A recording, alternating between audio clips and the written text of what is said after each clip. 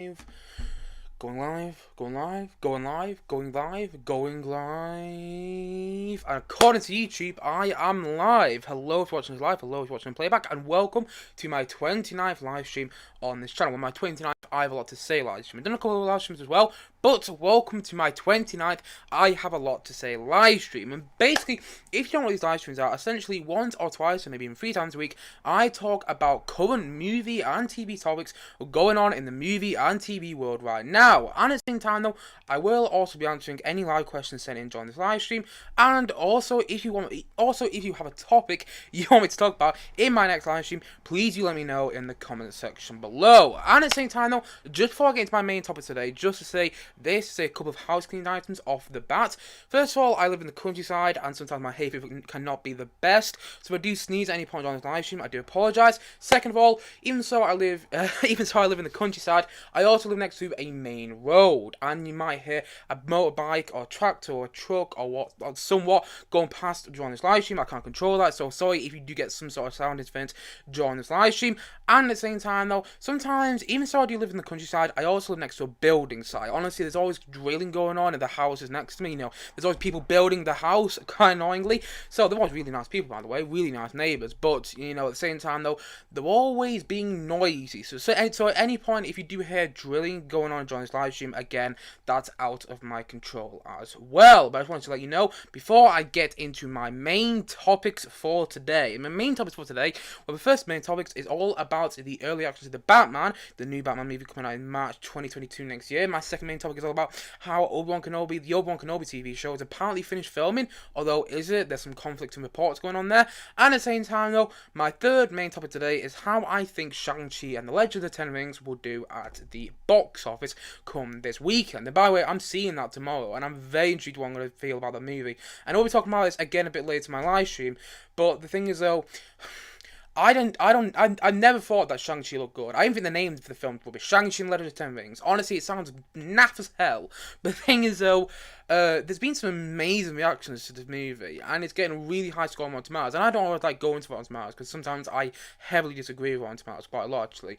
But at the same time, though, it's getting some great reviews on there, and it's getting some fantastic early action. So I'm very intrigued to how I respond to Shang-Chi. I'm hoping it's a Marvel movie which fully surprises me, and I'll be talking about that again a bit later in this live stream. But without further ado, let's get into my first main topic today. And my first main topic today is the supposed early action to the Batman. Now, I say supposed there because it hasn't actually been confirmed that this is actually a legit early reaction. So do take all I'm talking about to do with the Batman with a grain of salt, because it looks reliable, but it might not be. That's all I'm saying. But the whole reason I wanted to talk about it today is because I wanted to talk about the Batman. I wanted to talk about this new Batman movie that's being made that I'm really excited for. Because the thing is though, I've never seen a Batman movie in the cinema. I mean, I saw Batman v Superman in the cinema, but I don't really count that as a Batman movie. That's more Man of Steel 2 in my opinion. So I've never really seen a Batman movie in the cinema, a sole Batman movie with, classic Batman villains and everything. I mean, I know we had Dark Knight movies, but I never saw them in the cinema. I mean, I think they're great movies. I never consider them comic book movies actually as well, which is why I like them so much.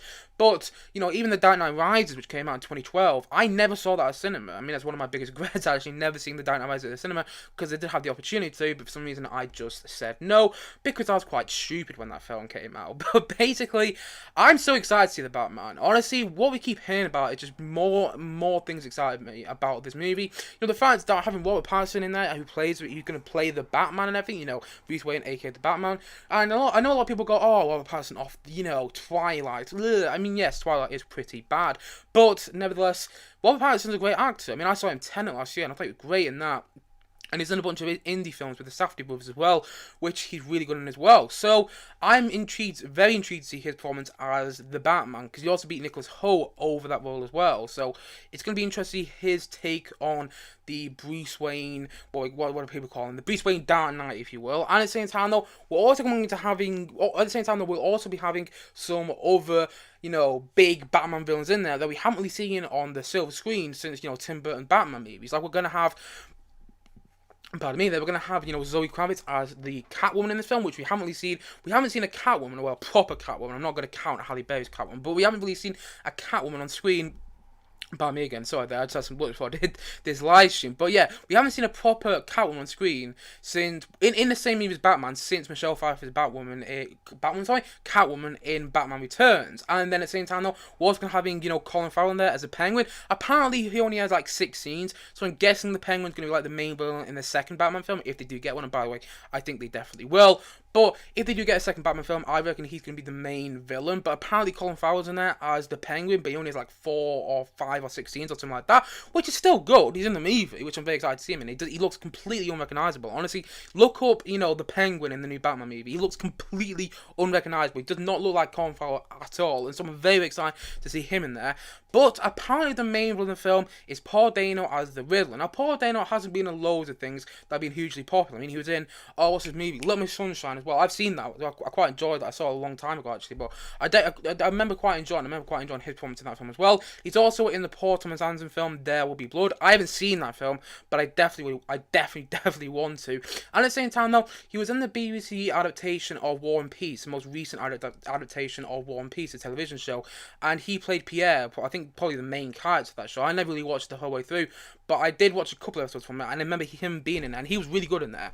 And so I do think Paul Dano is a great actor. He does quite a lot of indie projects, not too dissimilar from Robert Pattinson, actually, now I think about it. But yeah, he does quite a lot of indie projects, and it's really exciting me that they've chosen him to be the Riddler, because I think if anyone could pull it off, I honestly think it could be Paul Dano. Honestly, the cast really excites me. At the same time, though, one I also forgot to mention, Andy Serkis as Alfred Pennyworth. Honestly, I'm very excited to see Andy Serkis taking that character, and at the same time, though, leading on from Andy Serkis, look who's directed this movie. Oh god, I've just had a bit of a glitch there. Apologies. Apparently my computer's been a bit slow there, so apologies if the stream does come out at any points. But apparently, look who's doing. Well, not apparently, it's definitely directed, but look who is directing this movie. Matt Reeves. Now I don't know who Matt Reeves is. He previously directed, Dawn of the Planet of the Apes and War of the Planet of the Apes, on 2 other movies which Andy Serkis starred in, as Caesar the main ape in those films. And I really liked those last 2 Planet of the Apes films. I wasn't the biggest fan of Rise of the Planet of the Apes. I didn't think it was bad, but it didn't really grab me. But then Dawn of the Planet of the Apes and War of the Planet of the Apes are obviously fantastic movies in my opinion. I'm actually a bit disappointed to see that War of the Planet of the Apes bombed at the box office. But nevertheless, I do think they're both great movies, by the way. And Andy Serkis, who worked with Matt Reeves on those films, he obviously played Caesar the Ape in those Planet of the Apes films. He is returning to work with Matt Reeves in this film as Alfred Pennyworth. And apparently, some reports from CinemaCon, where they did show a bit of footage of the Batman, according to some reports from CinemaCon, he looks like kind of a rugged, Alfred and everything. Different than, the Michael Caine Alfred that we saw in the Dark Knight trilogy, and different than the one that we saw in the in 1980s and 1990s Batman movies as well. Then anyway, that all really excited me. Matt Reeves is a fantastic director. I love his Planet of the Apes films, and I think he could really do something good here. I think the cast is absolutely fantastic. Not only do you have these fantastic villains coming in there, and by the way, again, apologies if the stream does cuts out every now and then. I can't control that. I've just got a message up on YouTube saying the stream could cut out. Apologies if that does happen. I can't control that. But anyway, back to the movie. Back to my main topic. Yeah, so much about this movie just really excites me. And basically, a couple of days ago, actually, there was an early reaction that surfaced online for this movie from test screenings. Now, this movie doesn't come out until, March 2022. So it's a long while till the film comes out, yeah. And longer than it really should be, actually. This film should have come out this year, but because of COVID, it got pushed back. But anyway, yes, it's definitely come out March 2022, which will be interesting, by the way, because, what else comes out March 2022? Doctor Strange 2. So it's going to be interesting which film wins the box office, which one gets more. I honestly think it's going to be the Batman, but at the same time, I think Marvel's going to market the shit out of Doctor Strange 2, so it'd be interesting to see which one gets the better box office. But anyway, it's coming out March 2022, and it's still a long while away, but test screenings for the film are reportedly already happening. So that's quite interesting, actually, the fact that test screenings are already happening, because yes, the film's not completely finished. There are going to be some moments of CGI in there which aren't completely finished as well, and the movie won't be completely polished up, and according to some reports as well, it's a 3-hour movie, and I don't reckon when it does come out and have its theatrical release, I don't reckon it'll be a 3-hour movie. I think it could be 2 hours and a half, because I do think there's a lot to do in there. Having Catwoman in there, establishing Catwoman, establishing Batman, establishing the Riddler, establishing Penguin, establishing this new Alfred, establishing all these characters. So I do reckon you could have a 2.5-hour movie there, and a good one at that, because bear in mind, Batman Begins, the Christopher Nolan Dark Knight movie, the first of the Dark Knight trilogy, that movie's about 2.5, so I do reckon you can make a really good 2.5 Batman movie. But I don't think it'll be 3 hours. But I might be wrong. Maybe it comes out in March 2022, and maybe really surprised me. Maybe it is 3 hours, and I'll be so excited to go and see that film. Honestly, I would really love a 3-hour Batman movie. Actually, if this movie does, I don't think it will, by the way. But if this movie is 3 hours when it comes out, that will be quite a treat, actually. But anyway, let's jump onto online a sec. So give me a second here. Just gonna go onto Google Optical Illusion. I'm just gonna jump here. Yeah, there's my little stream note, by the way. So apologies if this stream does come out at any moment. I can't control that. But anyway. Yes, according to this report here from MovieWeb, the Batman test screening reaction arrives, but can it be trusted? Yeah, they do take all as a grain of salt, because this is some random guy on Twitter, apparently he's done his like low reaction to the Batman. And pardon me there, but yeah, this is a guy on Twitter, by the way, so do take it all with a grain of salt. But nevertheless, I'm going to talk about it because it's the Batman, and it's one of my most anticipated movies for next year. Honestly, it's about number 4 on my most anticipated movies for next year. By the way, that list is going to get bigger and bigger as we hear more about the projects that are getting pushed back. But anyway, let's talk about the Batman. If you look at this tweet here, exclusive. I know someone who has seen the Batman, a friend of mine, and a really good person. Here's what they told me. Thread, no spoilers. So again, look at it. Do take it with a grain of salt because he knows somebody who's seen the Batman. That's like me saying, "Oh, I know someone who's Spider-Man No Way Home," and he says, "Great." Doesn't really sound that legit, but nevertheless, I'm going to go on about it anyway. And this is what he says. The Batman movie is a horror movie. Very graphic, very dark, very scary. Paul Dano is fucking crazy. So fucking scary. I loved every second. Pardon my French there. But yes, that sounded great. I would love the Batman to be a horror movie. I think Matt Reeves could do a really good horror movie though. Just give me a sec. Just going to check the sound levels. But yeah, sorry about that. Just checking the sound levels, checking everything. You could hear me fine. But yeah, I would love the Batman to be a horror movie. That'd be great. Imagine a horror Batman movie. Imagine having like jump scenes. Imagine having the Riddler as like, I don't know, a Pennywise sort of villain. Imagine that. That'd be absolutely fantastic. Honestly, I would really love that. But anyway, look, if you can see on the article here, there have not been any major spoilers involved, but the information shared by Twitter user, I'm not going to say his name, who says the information came from someone he knows who was at the screening, does seem to stack up with the little that is known about the movie.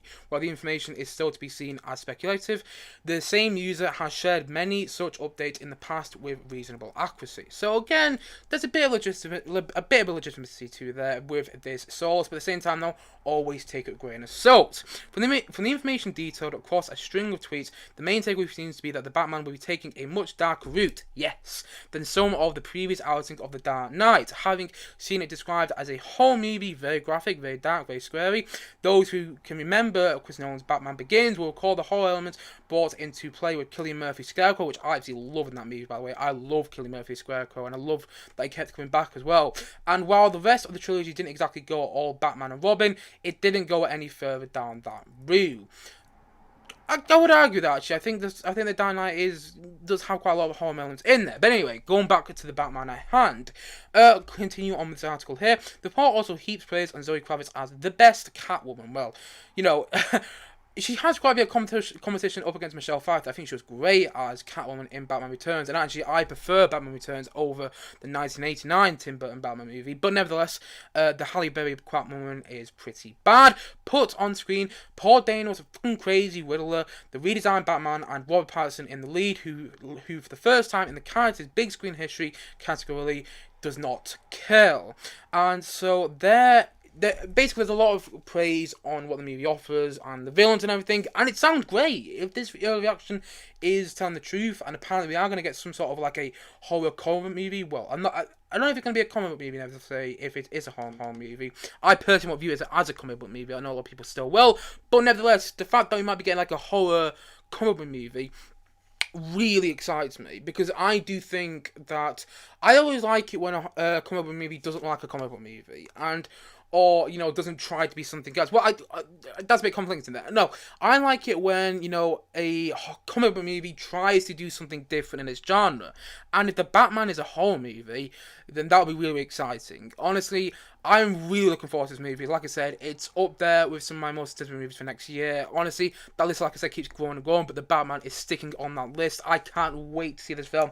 I can't wait to see a new Batman film as well. We haven't really had a new proper Batman movie since The Dark Knight Rises, a new solely, soul-based Batman movie since The Dark Knight Rises. So I can't wait to see this movie. The fact that we're having the villain in there, which we haven't really seen since, Batman Forever, with Jim Carrey's villain, even that wasn't that great, to be honest. So it's really exciting. We might be having a really good villain in this movie. The fact that we're having a new Catwoman in there, which we haven't had since Halle Berry's Catwoman, so that's quite exciting. And at the same time, though, the fact that we're having a new Penguin in there, I mean, I loved any Vito's a Penguin, but again, the fact that we're maybe having a new, darker, grittier Penguin is also really exciting. And I'm really excited to see this movie, if you can't tell. I've used the word excited quite a lot there, but I'm really, really excited to see this movie because I feel it could be absolutely fantastic. It also could be bad, nevertheless, because any movie could be bad. You might hear early reactions and still the movie might be quite bad. I remember the early reactions came out to Wonder Woman 1984, and then the movie didn't turn out so great. I don't hate Wonder Woman 1984, but it is a bit of a disappointment compared to the first one. But nevertheless, if this movie does hold up to this early reaction that we've already got, then it might be absolutely fantastic. It could be absolutely brilliant. It could also be terrible, but hopefully it's going to be brilliant. Fingers crossed. I absolutely love this movie, and if it's a horror movie, all for the better in my opinion. I'd love to see a Batman horror movie. That'd be absolutely fantastic. And that's the end of topic number 1 on this live stream today. So without further ado, let's move into topic number 2. And topic number 2 today is kind of like it's a bit weird because basically according to sources, Obi-Wan Kenobi a couple of days ago, the Obi-Wan Kenobi TV show has finished shooting. But then, yesterday, another report came out that apparently the Obi-Wan Kenobi TV show hasn't finished shooting. So I don't know which source to trust here. So if we go... Oh, actually, I'm going to talk about Obi-Wan Kenobi a sec. The TV show as a whole before I go into Google, actually. This is probably my most anticipated TV show for next year. I literally can't wait for it. I love Mandalorian. I can't wait to see Mandalorian Season 3. But I'm definitely more excited for this show because it's Ewan McGregor returning as Obi-Wan Kenobi in a TV show alongside, can we bear in mind, the one who played Anakin in, Attack of the Clones and Revenge of the Sith, Hayden Christensen, returning as Darth Vader as well, or maybe Anakin Skywalker as well, because I think the fact that Hayden Christensen is going to be in the show, which has been confirmed, by the way, that's not a spoiler, that has been officially confirmed by Disney, but the fact is that Hayden Christensen is going to be in the show, makes me think that a lot of this will be flashback. I'm not saying that's definitely going to be true, I've not read any leaks or anything like that. It's just me purely speculating that Hayden Christensen and Ewan McGregor will be Anakin and Obi-Wan. It's a couple of flashbacks in the show as a whole, and that really excites me. The fact that this cast looks great as well. There's a lot of other famous people in this cast as well. Joel Edgerton is returning to play Uncle Ben, the young Uncle Ben. No, not Uncle Ben. I'm on about Spider-Man. Uncle Owen, the young Uncle Owen as well. We saw him play him for a little bit in Attack of the Clones and Revenge of the Sith. But he's returning in the show as well, so that's really good. The fact that Joel Edgerton, when he did Attack of the Clones and Revenge of the Sith, he wasn't a big actor. Now he is, but he's returning to play that same role again. I love when actors do something like that. I love when they, do stick to the roots and everything. Well, not maybe stick to the roots, but nevertheless would return to play characters. Like the same with Tom Hiddleston as Loki. I love the fact that Tom Hiddleston still plays Loki after all these years. Bear in mind, he's in one of the first MCU movies, and he's still going in. They're going to go and shoot second season of Loki now. So I just love the fact that these actors stick with roles for so long, and even so, Joel Edgerton has played Uncle Ben, or Uncle Owen, should I say. I keep saying Uncle Ben because that's Spider-Man, because I've been talking a lot about Spider-Man recently. But no, Uncle Owen. Even so, Joel Edgerton hasn't played Uncle Owen for about 10 years. I'm not saying that. I just love the fact that he's returning to play that character. And at the same time, though, I think that if you don't have Liam Neeson as Qui-Gon Jinn as a cameo in the show, I think that's a huge missed opportunity. I think that's like making Rogue One and not having Darth Vader in there. I don't know, they did have Darth Vader in there, so I wouldn't have missed opportunity then, because it had one of the best Darth Vader scenes ever in that movie. Pardon me again there. So they had an absolutely fantastic Darth Vader scene in that movie, and I think not having Liam Neeson do a cameo as Qui-Gon Jinn in this show would be a huge missed opportunity. It would be a huge missed opportunity. Wouldn't, if he wasn't in it, I wouldn't hate the show, but at the same time, though, I'd be a bit disappointed. I'd be like, oh, that would have been the perfect opportunity to have Liam Neeson return one last time as Qui-Gon Jinn. I know he voiced Qui-Gon Jinn in the Clone Wars show. Isn't the same thing, though. Like a live-action Qui-Gon Jinn, which we haven't properly seen since The Phantom Menace. I would just think it'd be a missed opportunity because they're bringing Hayden Christensen back. I reckon there's some other cameos as well. Like, I wouldn't be surprised if Jimmy Smith returns as well as Senator Bail Organa, because there's actually some rumors going around. Again, these are all just rumors, so take them to grain of salt. But there's rumors going around that apparently we might see a young Princess Leia in the show, which would be great, by the way. I would love to see a young Princess Leia in there because there's some rumors as well that a young Luke Skywalker's gonna be in there as well, which would make a lot of sense. We're gonna get Uncle Owen back and his aunt. What's the aunt called? What's Anakin's aunt called? I can't remember now. I just completely lost that thread. But yes, you get my point. It would make sense for a young Princess Leia to be in there, and therefore it'd make even more sense for Jimmy Smits to be returning as Senator Bail Organa, which you previously saw him play him in Attack of the Clones, Revenge of the Sith, and even a little bit in Rogue One. So it naturally makes sense because I reckon Disney may have a deal with him. And at the same time, by the way, this isn't really about the Obi-Wan Kenobi TV show, but this kind of is at the same time. The fact that Ewan McGregor is returned to play Obi-Wan in this TV show makes me think he's going to make more appearances of Obi-Wan as well, because I think Disney's got to deal with him there. I think because he did have a small voice role in The Rise of Skywalker, when Rey hears all the Jedi voice and things like that. Great scene in that movie, in my opinion. I love the way they did that. I love the fact that they didn't actually show up and they just had the voices instead. It's a great scene, but at the same time, though, he's having his own TV show. But I wouldn't be surprised if he made cameos in other TV shows as well, or cameo in a future Star Wars movie. Again, pure speculation, but it's the sort of thing Disney would do. I don't think Ewan McGregor is just returning to play Obi-Wan in 6 episodes, in a 6-episode TV show. I don't reckon that's going to happen. By the way, I will be going to the fact that it's only going to be 6 episodes very, very shortly. But yeah, I can't see, Ewan McGregor returning to play Obi-Wan for a 6-episode TV show, and that's it. I reckon he's coming back for cameos in other TV shows, maybe Mandalorian, who knows, maybe Boba Fett. That may make a bit of sense. He's had a bit of a confrontation with Jango Fett in, Attack of the Clones, although I don't think it'll be Boba Fett actually, seeing as Obi-Wan died in A New Hope. Spoilers there, but if you haven't seen A New Hope, you're about, 40 odd years too late. But nevertheless, I can see Obi-Wan Kenobi returning as cameo. I can see Ewan McGregor returning as like a cameo part in future Star Wars projects. But anyway, let's talk about the fact though that this show is only going to be 6 episodes long. Now, and I will get onto the article that said this finished shooting pretty shortly. But when I read that Obi-Wan Kenobi, the TV show, had finished shooting, the news came up that it was only going to be 6 episodes long. 6 episodes.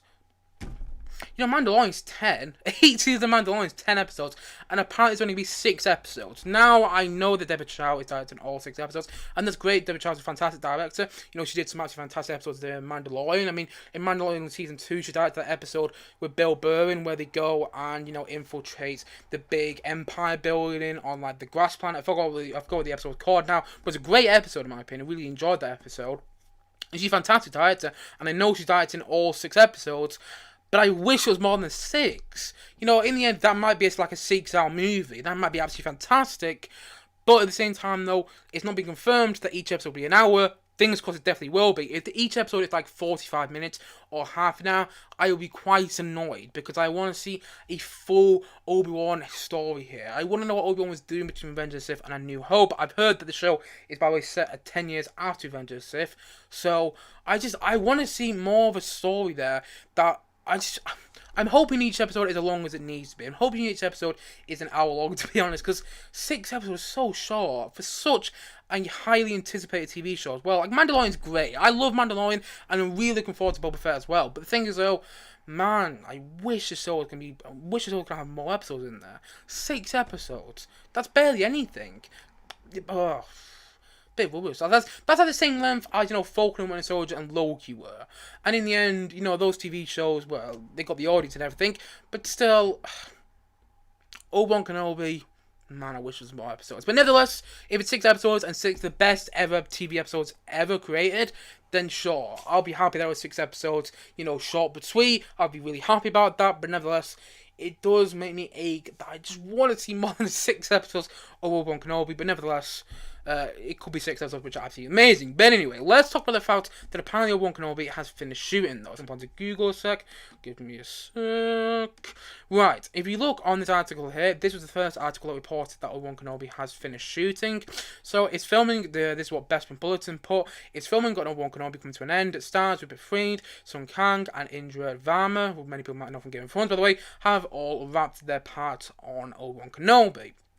And then somebody on Twitter commented, yuppers. There you go, yuppers. And then another report said here, And by the way, all takes with a grain of salt because I don't actually know how reliable all these sources are. But another report said here, Ewan McGregor's Obi-Wan Kenobi series reportedly completes filming. Pardon me there. One of the most fan-anticipated Star Wars series in the works for Disney Plus. Disney Plus is Lucasfilm's Obi-Wan Kenobi, set a decade after the events of Revenge of the Sith. Both Ewan McGregor and Hayden Christensen are reprising their roles as Obi-Wan Kenobi and Anakin/Darth Vader, respectively, but they're not alone. The cast is also going to be including. There's reports that apparently there's reports that R2D2 and C3PO are going to be in there. Wouldn't surprise me one bit, especially if Jimmy Smith returns as Senator Bail Organa, which I think there's a good chance he will, and a young Princess Leia appearing in the show as well. Obi-Wan Kenobi's cast roster of Sun Kang, Rupert Friend, and Kumail Nanjiani, I didn't even know he was in there, by the way, wow, indicates that the legendary Jedi Master won't be as much of a hermit as Luke's Uncle Owen led fans to believe. Fans first learned the series began filming in May with the goal of its 2022 release, and now rumors suggest that the Tatooine twin sons have finally set on the shoots of this long-awaited story. So this is also reporting, it's come down here, according to our LRM, principal photography has wrapped on Lucasfilm Obi-Wan Kenobi's Disney Plus series and is ready to transition into post-production. And by the way, I can imagine a lot of post-production be going on this show, because there's going to be there's always lots of post-production and something like this anyway, and there's a lot of post-production on Mandalorian as well. But anyway, if you go onto this other article though, those two articles have said that apparently Obi-Wan Kenobi has finished shooting. However, this article argues otherwise. Disney decision to expand. That's going about Disney expanding the Star Wars universe. Yes, we already know it has. They're doing that with the Mandalorian right now. One of the odd things die-hard fans are beyond eager to see in the upcoming Obi-Wan Kenobi series, which will see the grand comeback and small screen union of Ewan McGregor and Hayden Christensen, picking up where Revenge of the Sith left off. The series will give us a better idea of how Obi-Wan and Anakin Skywalker embrace their respective destinies after Episode 3. We reported a few weeks back that Obi-Wan has completed principal photography just in time for The Mandalorian Season 3 to start its production. However, Bestman Bulletin claims that the Ewan McGregor-led series has not filming, contrary to initial reports from LRM Online. Their trusted source notes, though, that the supporting cast members of the project have in fact finished filming their scenes, and it's just Ewan and Hayden that have Ewan McGregor and Hayden Christensen that need to do film additional scenes together. According to the report, McGregor was recently spotted in California, where the project is currently filming, but still take this with a huge grain of salt, and always do. Bear in mind, I don't actually know how reliable these news sources are, but nevertheless, it sounds like Obi-Wan Kenobi is getting, I was about to say Ewan McGregor, it sounds like Obi-Wan Kenobi is getting close to finish shooting, which is exciting. You know, the fact that Obi-Wan Kenobi is going to be coming out next year as well is really, really exciting for me personally. I can't wait to see the show. But it is still quite a while away. Bear in mind, I don't think it's meant to come out to like summer next year. And so we're only just getting out of summer this year. So I do think there's a long time to wait yet. From what I've heard, it's like May next year. But nevertheless, it's May next year. That's a lot to look forward to, yeah. You know, all these things happen in 2022. If all these things happen in 2022, you know, Indiana Jones 5, The Batman, The Flash and everything, if everything comes out next year, as well as this, as well as Mandalorian Season 3 as well, my God, won't next year be absolutely fantastic? Honestly, I can't wait to see this show. And apparently there's also reports as well that Hayden Christensen, who plays Anakin Skywalker, in Attack of the Clones from Sith, is returning in this show as well, and Ewan McGregor, who obviously plays Obi-Wan Kenobi, have both been training for a lightsaber duel, which will be more epic than any lightsaber duel you've previously seen in the Star Wars universe. That's been some reports as well, which won't make sense canon-wise, because basically when, Darth Vader and Obi-Wan Kenobi meet in A New Hope, they're like, oh, we haven't seen each other for a long while. I mean, that isn't what they actually say, but it's something like that. And so it won't make sense canon-wise, but nevertheless, if you have a big, epic lightsaber duel in there, which is, absolutely fantastic, has a roaring score, honestly, get John Powell to do his score. He did the score for Solo, and I reckon he could do an absolutely fantastic musical score for this show. Or get Michael Giacchino as well, he did this musical score for Rogue One. If you have an absolutely fantastic lightsaber duel in there, with a fantastic musical score, and you have these amazing visuals, sure, I'll be all for it. Even if it doesn't stick to canon, I don't mind so much. And it does also sound like the series is going to be packing in a lot. But it's also been some rumours around that Tommy Morrison, who played Boba Fett in Mandalorian Season 2, and also played Jango Fett in the prequels, apparently he might be returning to play an Empire-like Commander Cody. If anyone remembers Commander Cody from Revenge of the Sith, apparently Tommy Morrison might be returning to play that character, because he actually played, Commander Cody in Revenge of the Sith. Apparently might be returning to play that character in this show as well. So it'd be kind of interesting to see a reunion between Obi-Wan Kenobi and Commander Cody, seeing as he kind of worked close together in Revenge of the Sith. So that'd be quite interesting, actually. I'll be excited to see that. But again, that's just rumour, take a quick runner. So, but nevertheless, I think this show could be absolutely fantastic. I think Disney knows what they want to do with this show, and I think they're going to make it every fan's dream. Honestly, I really do. Because, Ewan McGregor's coming back, Hayden Christensen's coming back, and I know the fans want to see Hayden Christensen come back as, Anakin Skywalker stroke Darth Vader, because I think there'll be a lot of flashbacks in there, by the way, because of the fact that he is coming back. And at the same time, though, I also think there's so much offer for, cameos in there. I think you could have a cameo from Darth Maul in there as well. Because bear in mind, I know Darth Maul died in The Phantom Menace, but I also know the fact that he's in Clone Wars, I know he's in Star Wars Rebels, and I know they're animated, but he was also in Solo, by the way. So I think there's a good chance that Darth Maul could be back in there as well. I think it's a huge missed opportunity. I think it's a huge missed opportunity. I can't even speak. I think it's a huge missed opportunity if Liam Neeson isn't in there as Qui-Gon Jinn. Even if it's just for a cameo, I just think that's a huge missed opportunity if he's not in there. So I definitely think he will be. And at the same time, I think there could be cameos from Jimmy Smith and Stellan Organa. I also think there could be cameos from James Earl Jones doing the voice of Darth Vader again. Bear in mind, yes, Hayden Christensen is returning to play Anakin Skywalker stroke Darth Vader, but he's not going to be doing the voice. And I do think there's a good chance that James Earl Jones, could just go in to record the voice of Darth Vader again, and I think it would just it would send chills about spine just to hear James Earl Jones' voice of Darth Vader again. I mean, he did it in Rogue One, so Disney know how to get him back. But bear in mind, he also worked with Disney again on the Lion King remake, so I think there's so much that could go into the show that could be so good.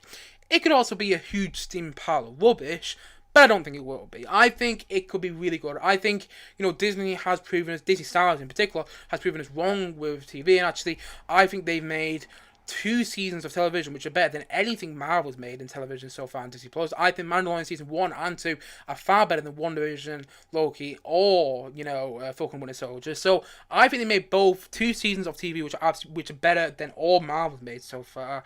And at the same time, they've got the Book of Boba Fett coming out later this year, from what I know. It might be coming out early next year, but from what I'm hearing, the Book of Boba Fett is coming out later on this year, which I'm very excited for as well. We're talking about a lot about when it is actually airing, when it's coming up to release. We're talking a lot about the Book of Boba Fett, because I'm really excited for that show. And at the same time, though, apparently Mandalorian Season 3 is shooting relatively soon, or might already start shooting, which is really exciting as well, because I'm really excited to see that. I'm really excited to see where the story of Mandalorian goes. But more than anything, I'm excited to see the new story, the new ongoing story of Obi-Wan, and see what happened in your Obi-Wan Kenobi TV show. It could be rubbish, like I said. Anything could be. But I think with Ewan McGregor returning, I think with Hayden Christensen returning, and I think with such a huge cast, by the way, there's a lot of cast members in the show, like Kumail Nanjiani, the one is Sung Kang, there's a lot of cast members in the show, by the way. And Joel Edgerton as well, can we point out?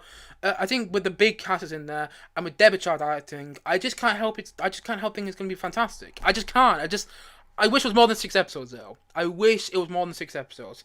But I hope each episode is an hour long at least, because you need to tell a good story, and I don't want it to be rushed. I don't want it to feel rushed I just don't want to feel rushed overall. And so that is the end of topic number 2 on this live stream for today. That is my thoughts on the Obi-Wan Kenobi TV show so far. It's my most anticipated TV show for next year at the moment.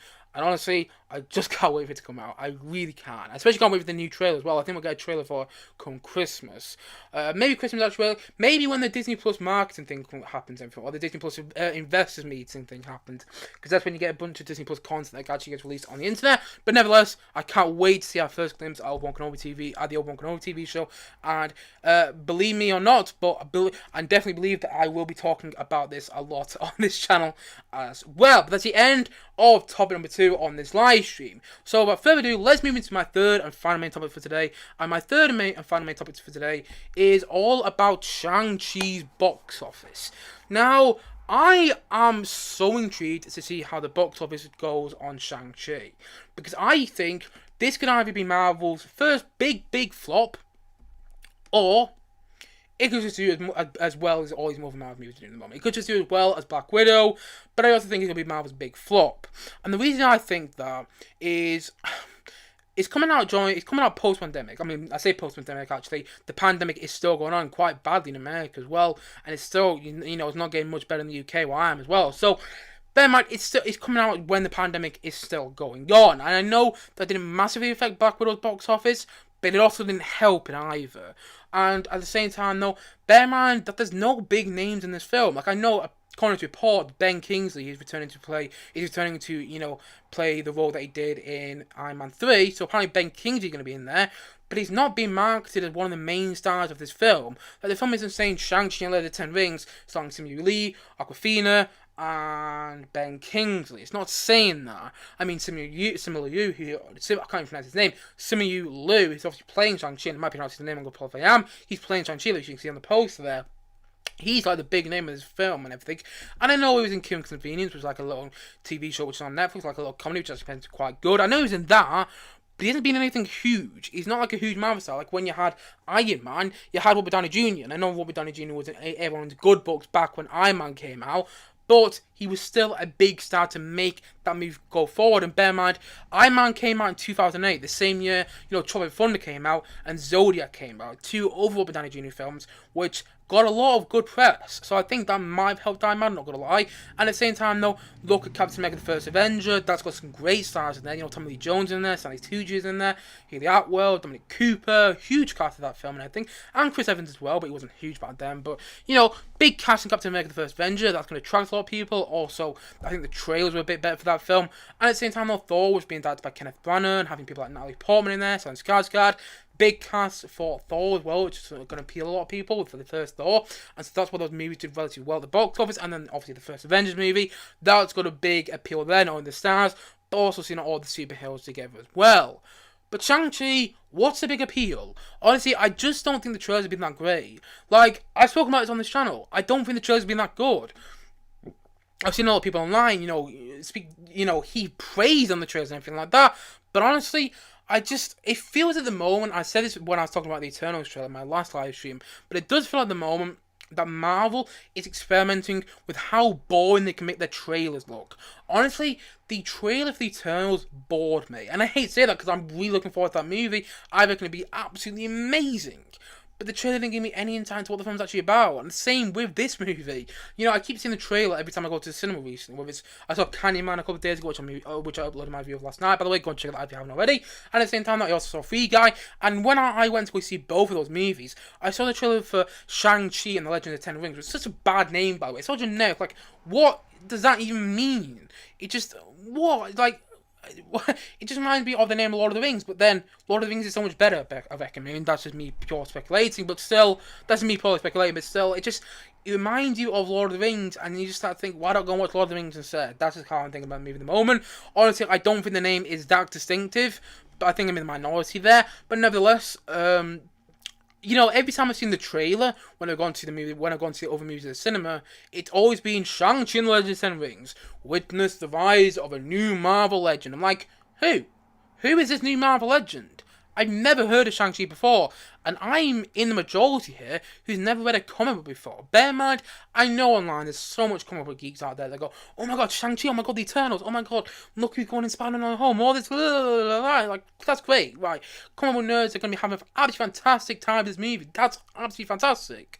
But what about the people that haven't read the comic books? Like me. What about the people that don't know who Shang-Chi is, or don't know who the Eternals are? I mean, the Eternals are a different matter entirely, but what about the people who don't know who Shang-Chi is? What about the people who don't know who Shang-Chi is? You've got to bear that in mind. There's a huge audience out there that doesn't know who Shang-Chi is, and, when they see the poster of this movie, they want to see someone like Chris Hemsworth, or Chris Evans, or Robert Downey Jr. in this movie. I mean, maybe not them, but you get my point. They want to see a big name in this movie, and no offense to Simu Liu, I bet he's a great actor, but he's not a household name. Neither is Awkwafina, who apparently is like his companion throughout the movie, if you will. She's not a big name either. I mean, I know she's done some other movies, and I know she's got a bit of an Instagram profile and everything like that, but she's not a huge household name to really get audience to go and see Shang-Chi. Also, bear in mind, this is our first Asian-led superhero movie, And currently, China is not showing this movie. And I want to go look up why. It's all over the internet, I think. They did the same with Black Widow. I'm pretty sure they're doing the same with the Eternals as well. They're not showing this movie because they're not happy with Marvel at the moment. But I'm not going to really go into that because it's a bit complicated. And that's not really what I'm talking about. So, basically, right, we have your first Asian-led superhero movie coming out, but it's not getting shown in China. That's one not so good thing within itself. There's no big star quality. I don't think the trailers have been that great personally. I know people love the trailers. That's great. But I personally don't think the trailers have been that great, and I know I'm not alone there. And at the same time, though, what is the appeal of this movie? When it's a new Rise of a Marvel Legend, who? Who is Shang-Chi? And also, we've got to bear in mind that this movie is coming out while the pandemic is still ongoing. It's not as bad as it was before, but at the same time, though, there's still a large amount of people who are not going to the cinemas. And understandably so. You know, I go because I'm obsessed with cinemas and anything, but I understand if people don't want to go to the cinemas right now. And so, bear that all in mind. There's a lot going against this movie. Nevertheless, though, it's a Marvel Disney. It's a Disney Marvel movie. So that automatically means that it's gonna get $100 million at least, or $150 million at least overall, or probably even $200 million overall. Whether the movie bombs or not, it's still gonna make over $100 million at the box office because it's Disney Marvel. Honestly, if you put the Disney stamp on something, it automatically makes a lot of money. Just does. It just does. That's one of the reasons, you know, the Jungle Book remake, the Lion King remake, and the Aladdin remake made so much money. Not because they were good films, but because they were Disney films. That's a true fact there. That's a fact you can't argue with. No, just because they were Disney movies, that's why they made those. That's why they made over $1 billion, all three of those movies. Same with every other Marvel movie at the moment. All these Marvel movies at the moment, with the exception of Black Widow, but that had the day-and-day release thing on Disney Plus as well, which this movie isn't having, we point out. But you know, with the exception of Black Widow, all these Marvel movies recently, like, you know, Spider-Man Far From Home, we had Avengers Endgame, which I know was Avengers Endgame, but still, and then we had the movie for that, Captain Marvel, Black Panther, Avengers Infinity War, so on and so on. All the most recent Marvel movies, with the exception of Ant-Man and the Wasp, actually, which didn't bomb either, though, but it just did as well as some of the other movies did, as well as some of the other Marvel movies did. With the exception of Ant-Man and the Wasp and Black Widow, which didn't do bad either, all these Marvel movies at the moment are making, like, a grossing over $1 billion, eventually. And that just tells you something on itself. Marvel is dominating cinemas. And normally, I'd be the one on YouTube going, Marvel's dominating cinemas. Damn it! How dare you, Marvel? Let other original films have their say and have their time to shine and everything. But because the cinemas are coming from a pandemic, I don't mind that super movies dominating cinemas. Normally I'm quite angry about that. But at the same time, though, I understand that, you know, cinemas need their money and everything. They need ticket sales and everything like that. So I'm happy that super movies are still dominating cinemas. But nevertheless, sometimes it does still personally annoy me because I like other original movies to have their shine and everything, and sometimes they don't always. But nevertheless, like I said before, we've got to bear this in mind. This is a Disney and Marvel film. Pardon me again there. So it is automatically going to make at least $100 million overall. And definitely more, probably, actually. Probably more, yes. It's probably going to make so much more at the box office than I'm saying. And actually, you know, even so, I do think it could bomb still. Bear in mind, I'm not going to go on about predictions now. Even so, I do think the movie still could bomb. It doesn't like it is going to. Just give me a sec to go online. According to Deadline, who reported this today, they have said that the Labor Day weekend box office of the last frame of summer, which shows typically shy from, is poised for a revolution as Disney debuts of the first Asian American Marvel superhero features Shang-Chi and the Legend of the Ten Rings. Such a bad name, by the way. Studios have held the long belief that no one goes to movies over Labor Day weekend, and it's for that reason why they've avoided opening movies over the 4-day holiday. However, Disney believes that it's possible to open a Marvel movie anywhere on the calendar. Yes, they do, even during a pandemic. And if you go down here in US and Canada, it's projected that Shang-Chi is in store for a Labor Day opening weekend record of 45 million to 50 million at 4,200 theatres, beating previous title holders 2007 Halloween, which made 30. So basically, that's the highest any movie has made since the Pope. I don't know if it is the highest actually, but it's knocking out predictions. It's knocking out predictions that this movie is going to make.